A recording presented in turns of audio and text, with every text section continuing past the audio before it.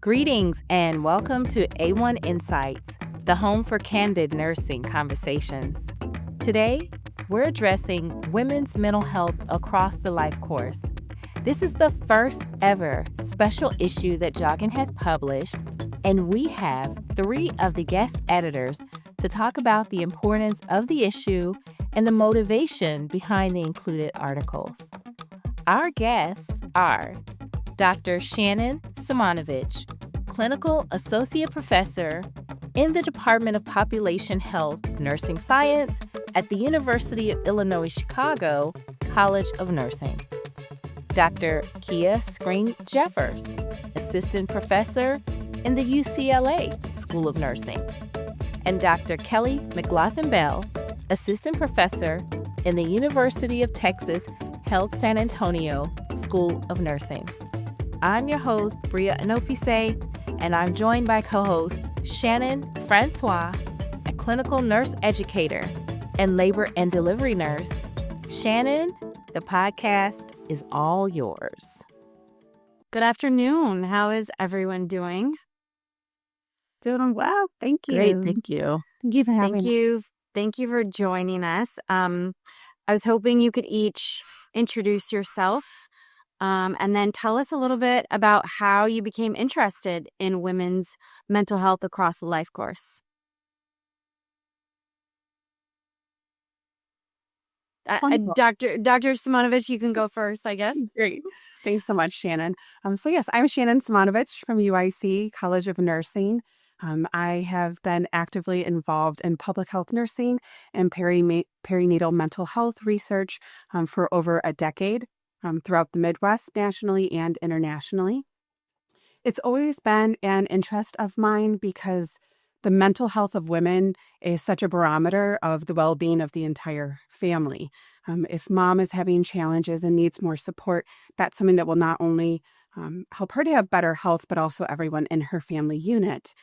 So that has always been a big reason why I've been interested in this topic. And I was so pleased to partner with other colleagues, including Kelly McLaughlin-Bell and Beverly Rossman, to help launch this first ever special issue of JOGNN. Kelly? Yes, my name is Dr. Kelly McLaughlin-Bell, and I'm an assistant professor at UT Health San Antonio School of Nursing. I've been in this role for almost 4 to 5 years now, and got my start as a mother-baby nurse and lactation consultant, working at one of our local county hospitals. And so during that time, I really got to focus in and work with women within a specific population of those with substance use disorders. And historically, we haven't really considered substance use as a mental health condition, but I think we're starting to understand that a little bit more. And as I began working with this population more closely, you really get to understand the nuances of mental health within their specific realm, as well as some of the issues they may face, such as intergenerational trauma, and how social determinants of health really affect their mental health and subsequent substance use. And so that's what really interested me in being able to work within this space and understand and learn a little bit more about mental health and specifically women's mental health. And so I'll pass it on now to Kia, who is one of our authors of our special issue. Hello, everyone. I am Dr. Kia Screen-Jeffers, and I'm an assistant professor in the UCLA School of Nursing.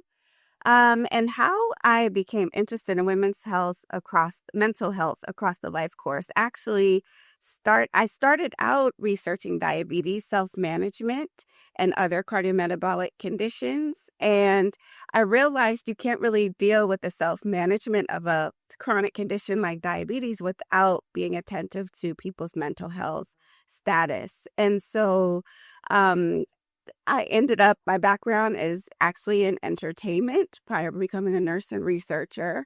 And I was funded to develop a play around depression among Black women. And it was from those talkbacks and hearing how Black women were experiencing depression in different aspects of their lives, and how it was impacting other parts of their lives. My research shifted to examine more deeply how to intervene on a community level. So I'm here. This is like my home space now to deal with mental health around Black women across the life course. That's amazing. Thank you all so much. This Shannon and Kelly, can you just tell us a little bit about this special issue? Yeah, we would love to. So JOGNN is very well known within the pregnancy and obstetrics space. But what we have really noticed, especially over the past several years as members of the editorial advisory board for the journal, is a need to connect what's going on during the perinatal period with the longer trajectory of women's well-being across the life course. So this special issue really created a unique opportunity to really highlight incredible work that's being done both here in the US and globally that helps us to understand how women's mental health during one part of their life is very much influences their outcomes at other parts. So in my research in specific, we've looked a lot at birth outcomes, and we know that women with depression are more likely to have babies that are born too small or too soon. And that leads to a lot of poor outcomes for that child across the life course and a lot of distress for the parents. But we hope that by examining, what's going on in the broader context, it can help women across the life course to get the support that they need and validate their experiences. And it's been really, really wonderful to create this platform for everyone doing remarkable work within this area.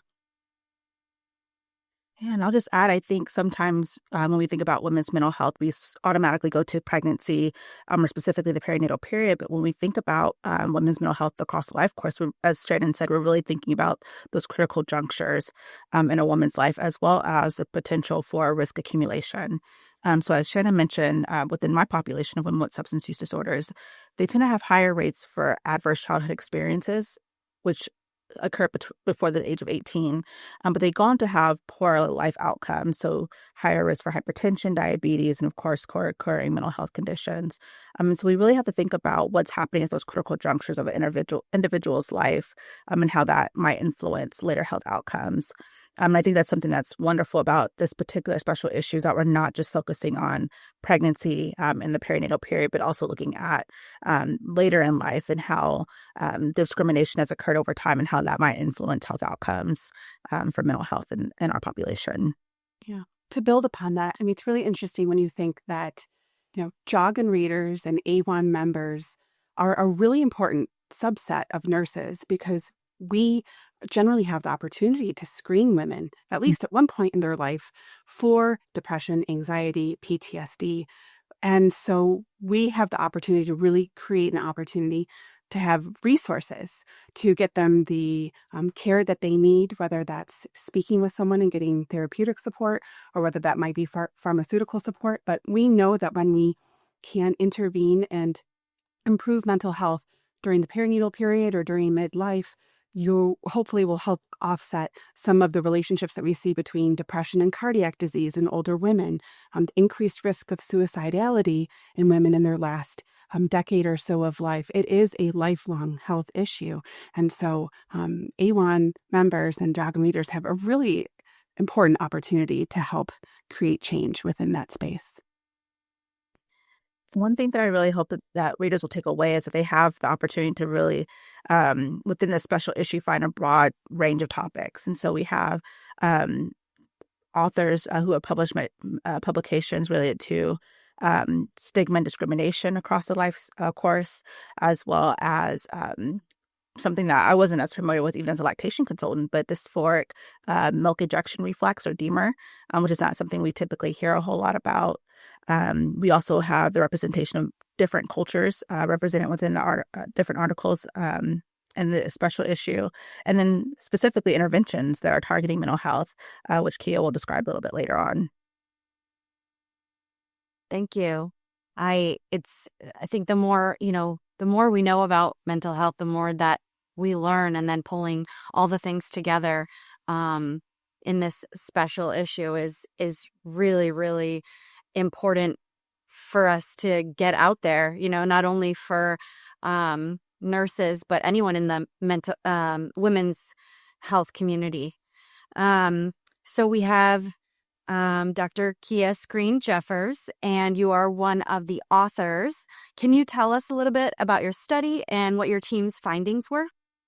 Sure. My study was a virtual sister circle intervention for middle-aged and older Black women.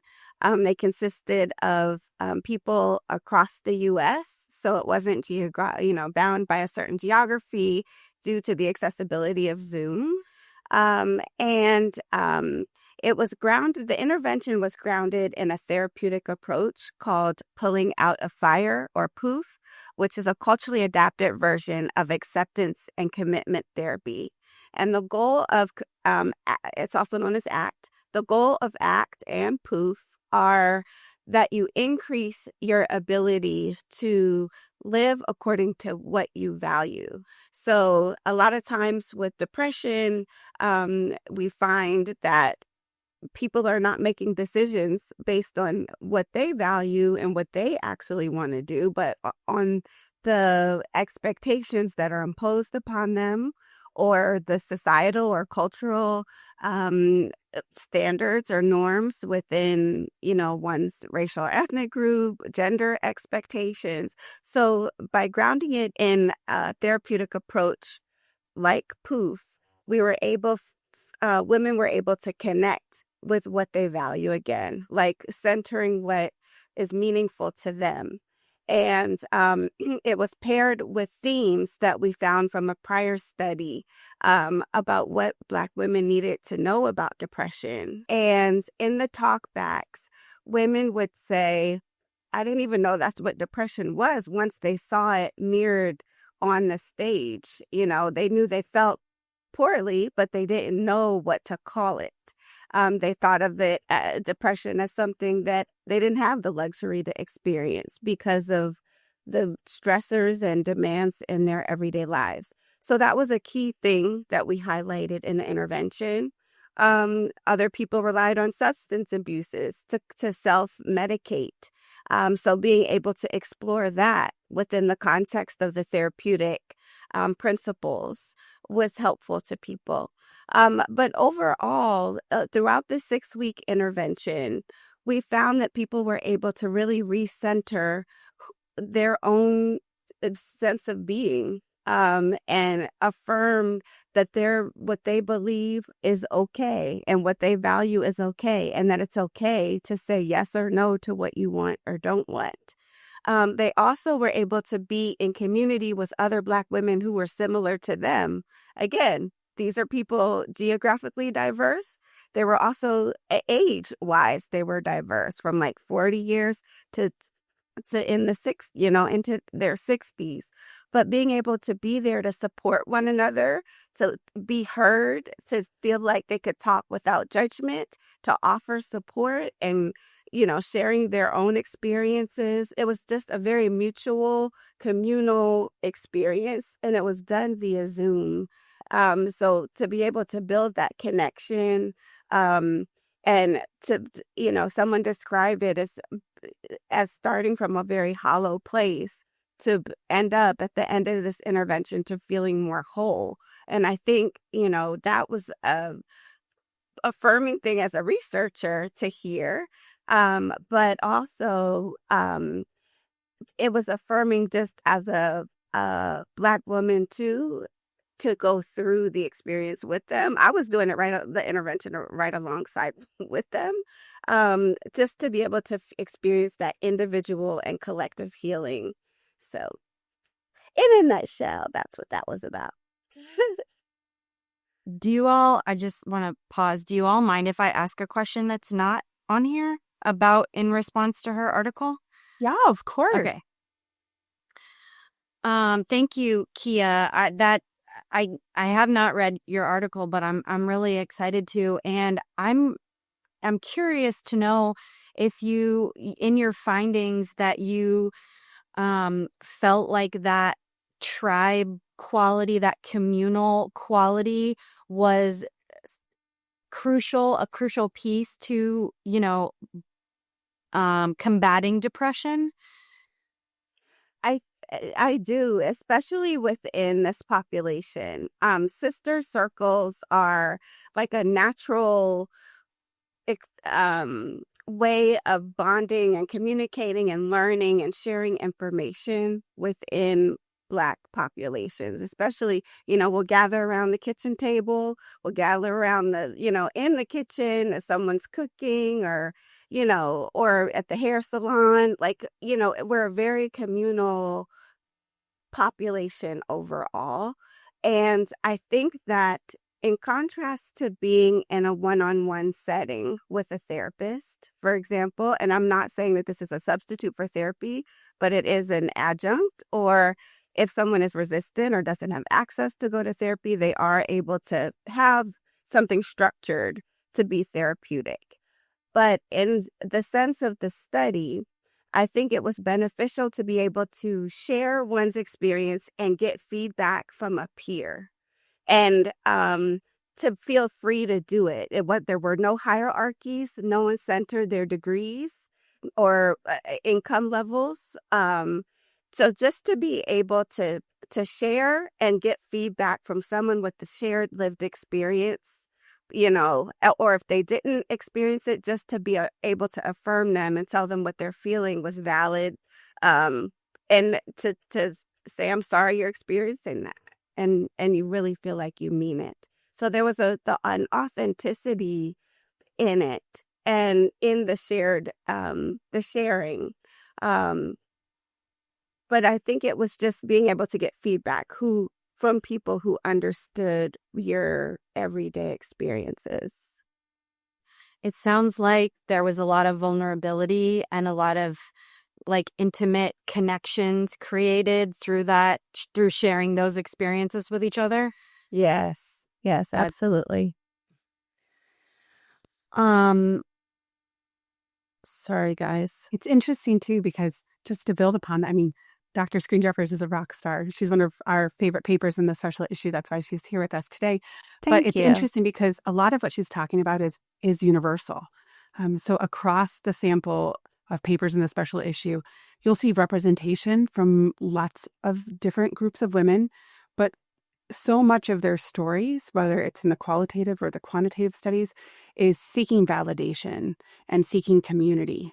And so I think that a lot of what our special issue speaks to is a need for tailored support, tailored intervention. So we can have the same need in, screening everyone and getting everyone the resources they need, but understanding what support looks like to each individual. It's a really critical component to helping them to feel whole again, like Dr. Jeffers was saying. So, and building on that, who would be the audience for this special issue? Are we mostly talking to nurses? Are we mostly talking to, mothers experiencing depression? Who can benefit from this issue? Yeah, I think anyone who is coming into contact with a person who identifies as being a woman could benefit from the knowledge gained from the articles within this issue. Really, specifically for our JOGNN audience, who are nurses who work within the sexual reproductive women's health space, understanding that there are gender-specific needs for various people in our population.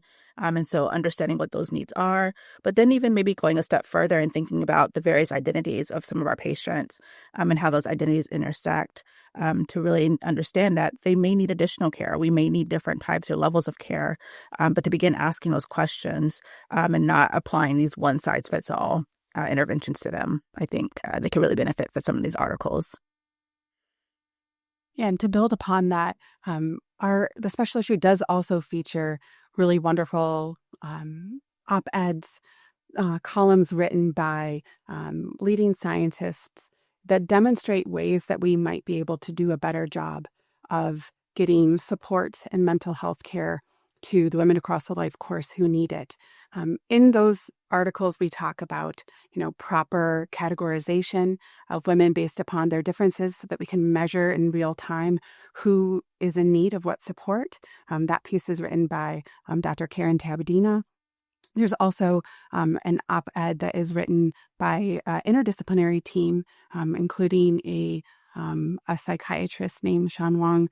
And the goal of that is really to talk about what we might be able to do next. So when we talk about the audience for the special issue, part of the hope is that policymakers, legislators, funding agencies will read the work in here, see how meaningful it is, and understand really the value add and the cost savings in addressing women's mental health across the life course, rather than dealing with the downstream effects of untreated mental health. And then what do you all see as a path moving forward to improve mental health across the life course, in addition to the policymakers? Do you have any specifics that will help us on that path? Dr. Jeffers, I'll go to you for that one first. Okay. All right. Well, I think the path moving forward is developing community-based interventions that can be peer delivered, that have a therapeutic element. Of course, socially, we feel better when we connect with people who we feel seen and heard by. But I think also having a therapy-based intervention that can be utilized by, on a community level, not, scientific, or, something that's accessible, regardless of people's insurance status, regardless of their educational level. I think that is the way forward. As we know, health happens outside of hospitals, and so does mental health, more specifically. So, I think the path forward, at least in my work, what I'm committed to doing is developing things where people can work within communities to heal together.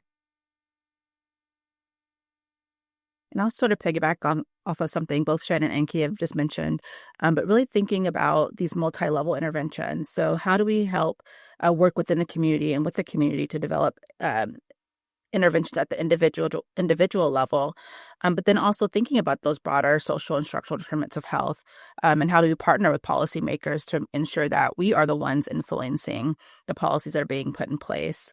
I think sometimes we forget that we are experts in this area, and so they can lean on us and look to us to be the experts and to offer evidence-based information related to women's mental health across the life course.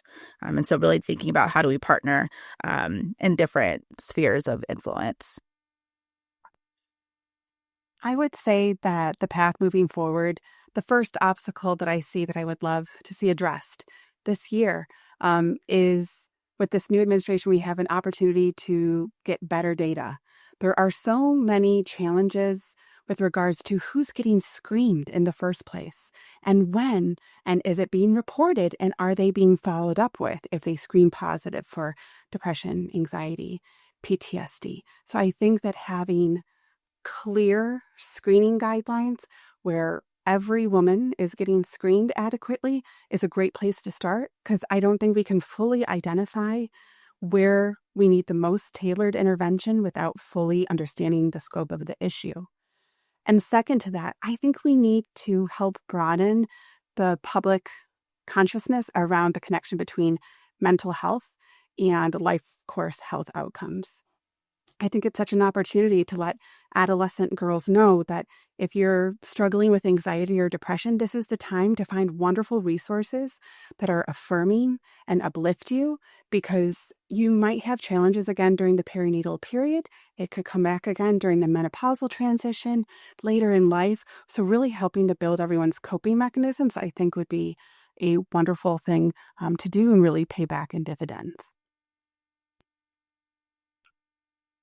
If I can just add one more thing in terms of, with the life course perspective, it also has an intergenerational component to it. And so these interventions and these screenings are important for intergenerational transmission of understanding what it is, what it looks like, how to navigate it, how to tap back into who you are, and shift the power back to yourselves in your well-being, your overall well-being.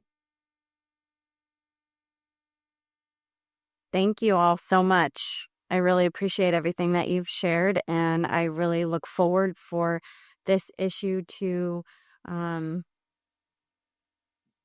be read all over the place and everyone to, have this information in their hands, because it's really important and it's really amazing. And I appreciate all the work that you all are doing. I agree, Shannon. I too am really excited about this special issue with its focus on women's health across the life course. It'll surely hit home with our audience. I love how you all made all of the bridges. You bridged together how nurses who read JOGNN and who are AWHONN members, who listen to this podcast, they're the ones who can create change. I thought that was a very powerful statement. And they're the ones who can advocate for the screening with the policymakers, right? And then the bridge among the community involvement in the therapeutic way that you can create some changes for like the outcomes of the depression and the anxiety and the PTSD. You don't have to do this alone. You don't experience this alone. Women experience this across their entire life. And so you have community members and you have nurses and you have policymakers who can help. So I'm really excited about this special issue. For all of our listeners, For all our listeners out there, our guests also are recording a webinar that you can get your hands on and learn a bit more about the special issue in addition to the podcast and the issue itself. If you'd like to check us out, read our guest bios, learn more about them, you can go to awhon.org/podcast. And from there, you can watch us again on YouTube. You can stream this on your favorite platform. We hope that you learned something that you want to share with another colleague, with a friend, or even a family member, because I think this special issue is broad-reaching. So please come back. Let us know what you think about this episode. Send us some feedback. We greatly appreciate your time listening to AWHONN Insights. We hope that you all are well and safe, and we look forward to chatting with you again on the next episode. Take care, everyone. Thank you.